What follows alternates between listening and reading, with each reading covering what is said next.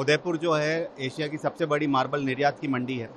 और हमने सर्वसम्मति से जो सभी यहाँ के सदस्य उन्होंने एक निर्णय लिया है कि टर्की ने जो भारत विरोधी गतिविधियाँ और पाकिस्तान के हक में जो भी कदम उठाए हैं उसके लिए हमने यहाँ पे जो भी टर्की से आयातित माल जो भारत के अंदर आता है उस पर रोक लगाने का एक निर्णय लिया है और हमारे सभी सदस्यों ने इसे सर्वसम्मति से स्वीकार किया है। किस तरह की क्या है माल?